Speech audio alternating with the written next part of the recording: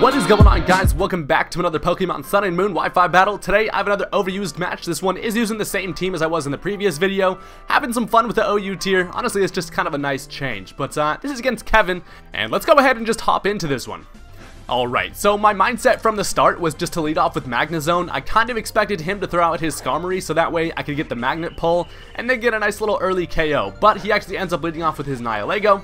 So Pinhead's out here, and that's actually not the end of the world because I can just go for a nice little Volt Switch, get some solid damage, and then I can get a matchup accordingly. So he actually ends up switching into his Easy Bake Oven here. Obviously the Volt Switch is not going to do a whole lot of damage to that thing, but I do get a matchup here and I can tuck Pinhead in the back for later. I do want to save that thing for the Skarmory. It's a great answer to that. So I decided to go into a Nihilego of my own, basically just because I want to get up Stealth Rock. It's definitely going to be pretty useful, and you'll see that this match has a whole lot of switches, so it's really nice to get that Stealth Rock up there. So he's just actually going to stay in here and go for the Volt Switch. I was kind of expecting him to want to switch out there. I really wish I would have just gone for Power Gem. It would have taken out that stupid Toaster, and I wouldn't have had to deal with it later, but I still get my rocks up, so that's really nice, as now he's going to go into Up the Rear, which is his Swampert. So I'm expecting this to probably just want to go for Stealth Rock. I noticed that he has a Sharpedo on his team, which I am expecting to be his Mega, so I don't think this thing's going to go for the Mega Evolution, as I'm just going to safely switch into my Noodles, as he actually ends up double switching here, and he's going to go right back into his Nihilego. So here's a pretty interesting play. This is a terrible matchup for me. I die to Sludge Bomb since I'm not specially defensive, so here I decided to predict the Poison move, and I'm just going to switch right into my Magnezone, as he actually ends up switching as well, and he's going to go into his Skarmory. So that's actually perfect. This thing gets his Sturdy broken from the Stealth Rock, as I just switch in my freaking Magnet, which is going to pull this thing in. He can no longer switch out due to my ability, and that allows me to just go ahead and throw a Thunderbolt at this thing's face, and that is a dead Skarmory. So that worked out perfectly. I don't know why he decided to switch out there, but that's amazing, as now he's just going to go right into his Swampert, who is still giving me a little bit of trouble. Obviously Magnezone can't do anything to this, so expecting either the Earthquake or the Stealth Rock, I'm just going to switch into my Mega Gyarados here. I want to get this thing in before Stealth Rock comes, so I can lose my Flying type, and then I don't have to take as much damage from it later. So he does actually go for the Stealth Rock. That's fine by me because I get the Intimidate, and there's honestly nothing that this Swampert can do against me. So I'm going to go ahead and Mega Evolve, bust out the ThiccShrimp, and I'm going to go for some Dragon Dances. I figure it's pretty safe to start setting up against this thing. I noticed that Mega Gyarados actually puts in work against his team if I can start to set up. So I go for the Dragon Dance here, and this is when you notice that this thing's nickname is incorrect. So he goes for the Roar here. Should I name this thing Up the Roar? So that kind of sucks. I'm not able to set up with Gyarados just quite yet, and that's going to roar out my Lily. So weird ass little jellyfish thing comes out, takes some Stealth Rock damage, and there's really not a whole lot I can do against Swampert. So I'm just going to go ahead and switch. Hope he doesn't go for the Roar again as I bring out my Noodles. It's an ideal matchup for me having in a Grass type against Swampert. Obviously I can kill that thing with a Giga Drain, but he's actually going to switch himself, and he goes into his Nihilego. So whole lot of switching going on this match, a lot of mind games happening. So at this point, I'm like, you know what, fuck it, I can switch out, or I can just stay in here and hope for an over prediction or something. Either way, I'm just going to go straight for the Sleep Powder, because I don't really care. Seeing as he didn't stay in against my Tangrowth earlier with the Nihilego, I figure I'm pretty safe. So I just go for the Sleep Powder, as he brings in the Micro Oven, once again in the Fire type here, as the Sleep Powder does connect, which is amazing. So we've got a sleepy-ass kitchen appliance over there, and at this point, it's kind of free range on what I want to do. So we're just going to both eat some leftovers a little bit. I decided to actually switch into my Nihilego. I figure I don't really need that thing around, and it's kind of just the safest option for me to go into at this point. Plus, Noodles is at full health, and that thing's looking pretty useful later on. So I'm going to save that. Don't want this thing to freaking wake up on me, as I do bring out Lily, and I'm at about half health after the leftovers, so I'm looking pretty solid. But if I can manage to get a Power Gem on this thing, get a nice little Beast Boost, and I might even be able to destroy some shit. So I just decided to go right for the Power Gem here, as he's actually just going to switch out, and check it, he goes right into his own freaking jellyfish. So this is like that damn scene from Finding Nemo where there's just jellyfish everywhere, and honestly, I don't really feel like switching out here. So after seeing the first damage from the Power Gem, I'm like, you know what, fuck it, I'm just going to continue to go for this thing. If I can whittle this thing down, I don't really care about losing my Nihilego just because it's not really all that useful in this matchup. Plus, if I can just let this thing die, I will be able to bring in some revenge killers. So he actually goes for the Mirror Coat, which I wasn't expecting, but that's pretty sweet. It figures as to why he wasn't able to finish off my Tangrowth, because I guess he just doesn't have poison coverage or something. But the good news is now Katana is able to see the light of day. This thing's pink ass comes out here looking fabulous as hell, And he doesn't have a whole lot that can switch into an Icicle Crash other than like his Sharpedo, I suppose. So I just decided to go for that, as he is going to conserve his Nihilego, and he just does go right into that damn half a shark.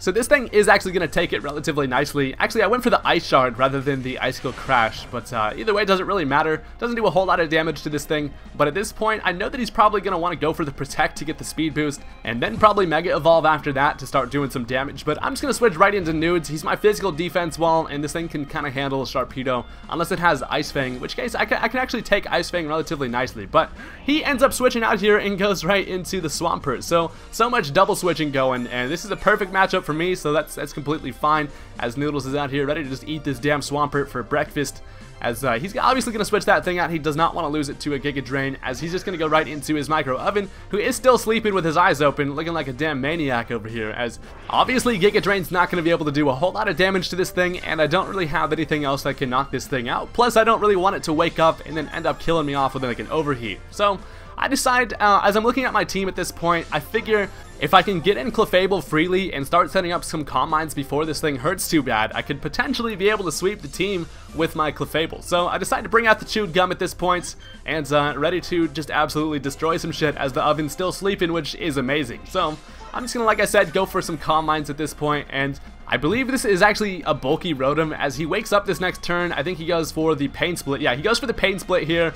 Really isn't the end of the world. It's not going to do a whole lot to me, but it's going to get him to a solid amount of HP here, as I just get my mind nice and calm, and Clefable is ready to destroy some shit. So, yeah, it's going to give me a +1 special attack and special defense. I can take pretty much any special attack, as I am calm, and actually, I think I'm max special defense. I have some HP investment along with some special attack. So, I'm just going to go for a Moonblast here. I figure one is probably good enough, and I do have Moonlight on this Clefable, so I can get some reliable healing, as he's just going to switch into his Swampert. I'm assuming he wants to be able to get a Roar and get rid of my stat boost, but I go for the Moonblast, and as we'll see here, I actually end up getting a critical hit, which I don't think really mattered, because I would have been able to finish that thing off with just another one, as Roar always goes second. So not the end of the world there, as now he brings in Salamence, gets hurt by a little bit of Stealth Rock, and I'm like, alright, ready to throw some Moon at some dragons. So he gets an Intimidate, obviously doesn't matter, but as we'll notice here, there was a reason why he brought in his freaking Salamence, as he does have the